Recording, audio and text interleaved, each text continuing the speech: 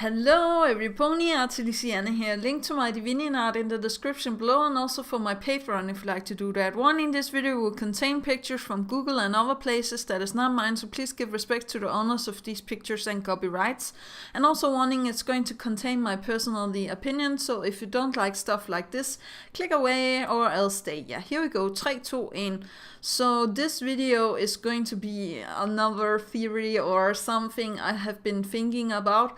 And I actually think that dragons can make crystals. Now, okay, yeah.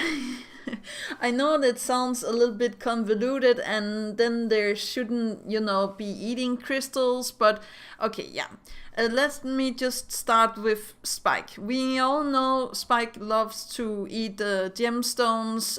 He have looked at the Crystal Empire, and we have all seen that his fire does not affect the Crystal Empire, or at least it didn't affect it when it was the black crystals that Sombra made, or how to say that. But I don't think that fire can actually hurt the Crystal Empire unless it's a specific form of fire.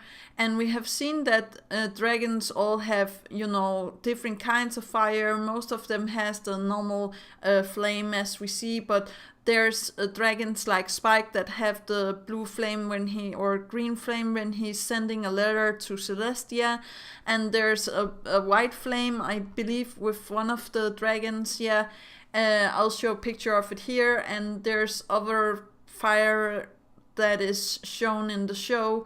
So I do believe that there is a form of fire that can actually melt, crystals, or how to say that. Now, the reason why I'm thinking that dragons were once able to make crystals is actually because I am still thinking about the Amora and the Necronomicon book, background story for making the Crystal Empire. And that could also be an idea to why, the dragons have not come across or have taken the Crystal Empire once again, because I actually feel like maybe it was a dragon city before the ponies came. Okay, so it was a dragon queen that found the Necronomicon book and made the Crystal Empire out of the, dirt or stuff like that, while, using her flames and the book to reimagine the Crystal Empire, how to say that. And of course griffins came to actually try to take over this place because it's very wealthy and it looks awesome and stuff like that, but the dragon stopped them by making them into the statues that we actually see in the Crystal Empire. Now I'm not 100% sure of this, but it could be an amazing background story that the statues was actually real griffins that was encased. But yeah.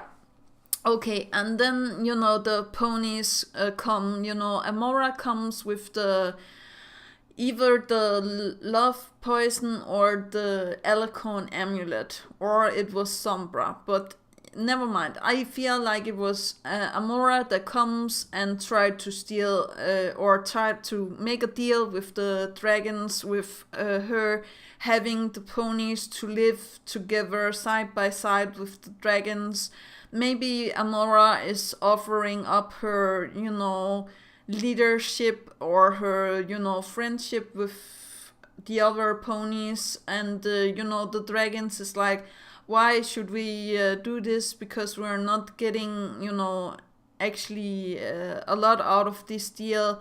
But I feel like something happened, and then Amora actually got a hold of the Necronomicon book and turned the heart of the dragon into crystal, or her own heart into crystal, and was telling her that this is her offer, and sending the dragons away from the Crystal Empire, and that is why that they are so focused on getting gemstones, gold, and other stuff that is worth something. It's because they are from a place where they actually had all of these crystals and they had all of this but their queen was taken away from them, and then they had their own country with the dragon lord now, or how to call him. I don't think that any of the other dragons was able to make crystals. I only think it was the dragon queen that was able to make crystal. And I still feel like it could be a very sad background story if we actually found out that the dragon queen was Spike's mother. That is also how I feel like the ponies got a hold of the dragon egg. Maybe, after, maybe it was a mistake. Maybe it wasn't supposed to be like that Amora was turning the dragon into a crystal heart, or turning her friend's heart into crystal, or how to say that. And everything went haywire, and of course the dragon egg could be doing of the dragon lord and the queen. So actually Spike and Ember was related. I know that this sounds a little bit weird, but imagine them being cousins or brother and sister. It could make it a little bit more difficult for Spike if he finds this out and he actually has feelings for Ember. That would not be very good for anybody.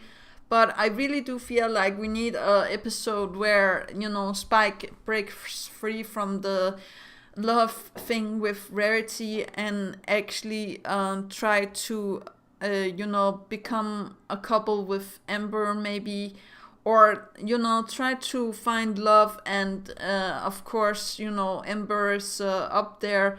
I also feel like they might be related, because when Spike took up the gauntlet of fire, or what it was, I do believe that he had like the spark of a dragon, and Ember has this as well. So I do really feel like it's something that runs into the dragon bloodline, or how to say that, to actually be able. I do feel like maybe that Ember has the ability to make crystals with the the gauntlet of fire. But I really want to have more information about, the dragons, their background story, how the ponies got the dragon egg, where Spike is from, if he has a, mom or dad, or we're just like never going to learn about this. I would really love to have more, basic stuff and knowledge about the dragons. And also I like the concept of when they are going after the gauntlet, or the stick, or what it is, the scepter. I really do feel like it's a cliche story with Ember dressing up as a man and trying to get the staff for herself. But I also feel like it's a good idea to have stuff like this. Maybe into the future we will have an episode that is looking more like Romeo and Juliet, maybe with Spike and Ember, them finding out that they're actually related, so they can't be together, or stuff like in those lines. I really feel like it could be a very sad episode, so maybe it's not a good idea. But we have all seen like the way that Spike actually grew when he had the hunger, or what it was, the lust, the stuff where he is getting stuff, or how to say that. And I feel there's still potential for Spike to actually grow, but I feel like he's starting to grow when he wants to, or how to say that.